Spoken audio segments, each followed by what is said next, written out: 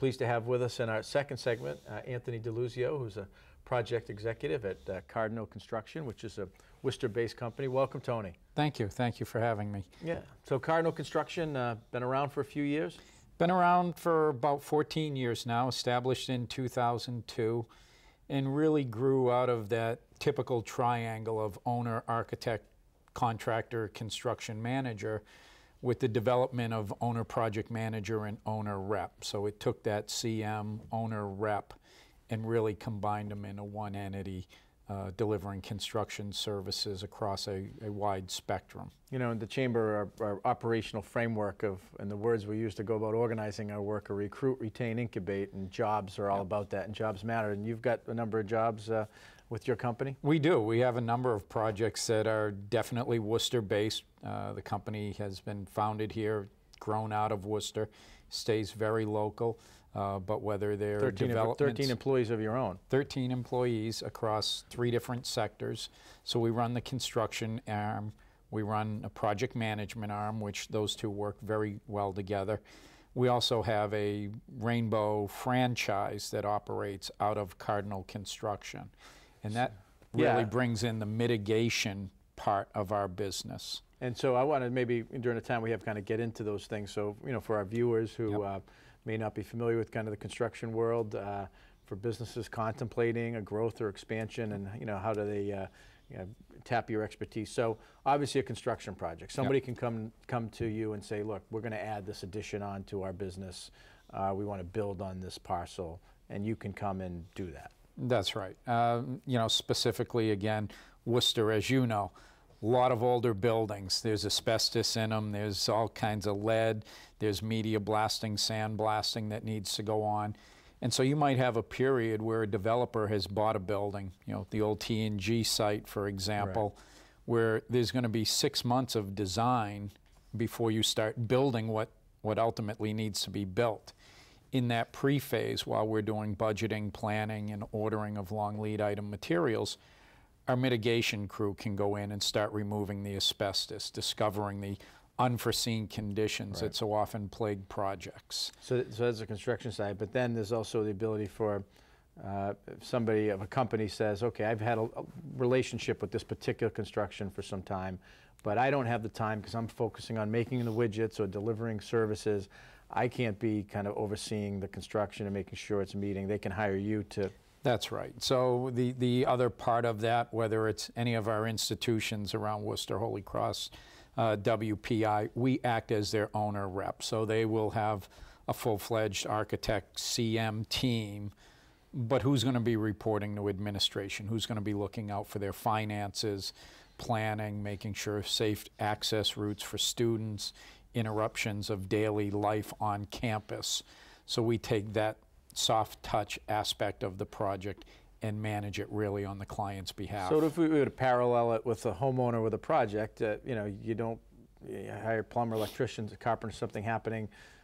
Sometimes there can be add-ons, something, you know, you want to make, if you have a limited budget, you've got to try to make sure you stay within that budget, and your job is to, on behalf of the institution or the owner, to make sure that you stay on budget, and if there are change orders, they're legitimate and things like that. Yep, and that's correct. We're brought in much earlier on than, geez, we want to build something, what can we start on? We prefer to be first in the door, we say, where we can look at what is your project going to be ultimately, and let's start looking at some of the pitfalls that might occur that we've seen from our experiences. And certainly, you know, any of the old mill buildings, any of the developer buildings around Worcester, either have something in the ground that we know about, something in the building from 100-year-old construction that we're going to encounter, and we start looking for those things very early on in the project. On the public side, we provide that pure project management expertise. So any of the surrounding towns, we're working on a number of public projects, police stations, senior center, DPW buildings. Those aspects have that pure OPM role reporting to the town, the Board of Selectmen, or the City Council. And that, you know, I in my time in municipal government, even the state, I mean, that has really grown. It has. And I think it legitimately, people want to protect taxpayers' investments. We have seen over the last 30, 40 years some horrible projects where, you know, maybe the developer, the builder was not as conscientious as they maybe should be. And this is to make sure that, you know, an architect, someone builds a building, it's being constructed, it's being done in a way that was designed and intended, and it's going to be reliable. Well, what we always say to those particular clients is they have a day job. They're administrating the town government, the city government. Our day job is to manage their project. The superintendent necessarily isn't an expert in construction.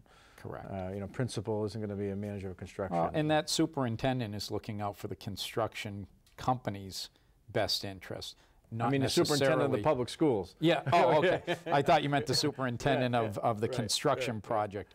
But sure, that superintendent of schools has, you know, many other things to deal with, issues that come up every day in their daily lives.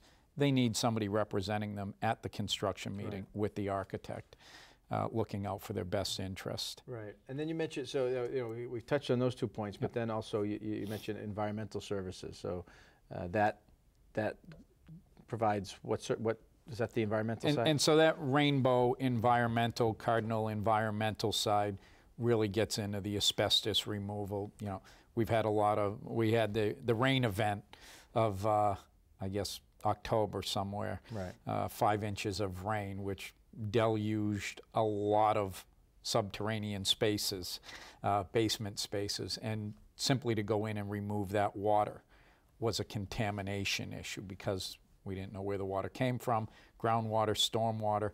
The one pipe system of Worcester put a lot of contamination, which becomes an environmental cleanup in a lot of aspects. So simply going and removing the drywall or spraying it with a treatment wasn't going to be enough for that category of environmental cleanup. So it got into a lot more rug, drywall, electrical, whatever got wet needed to be treated as an environmental hazard.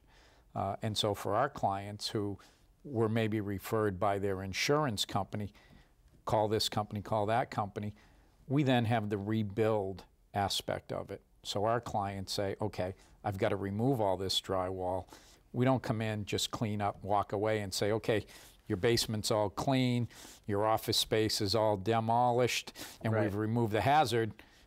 Now you got to find a contractor to put it all back together. We become that one-stop shopping. Help them.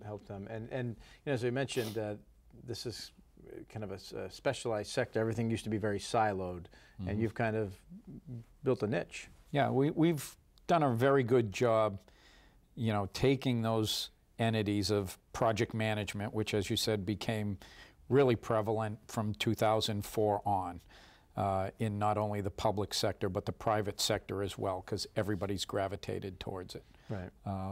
Many architectural firms have tried to say, well, we can do architecture in OPM. Some of the CMs have said, well, we'll do either or where convenient, but not go after a project as an entity providing both services.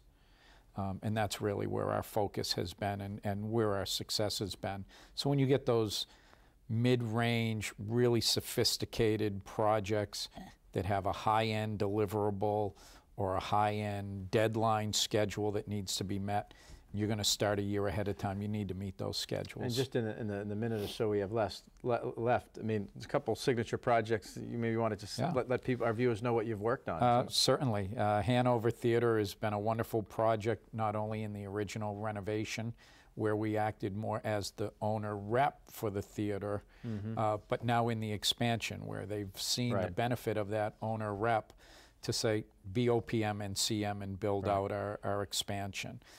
20 Franklin Street. The old Telegram building, yeah. You know, multitude of environmental cleanups, and now a whole onslaught of new construction, new developments in there, which your team is very, very in tune with, from restaurants to food to educational spaces.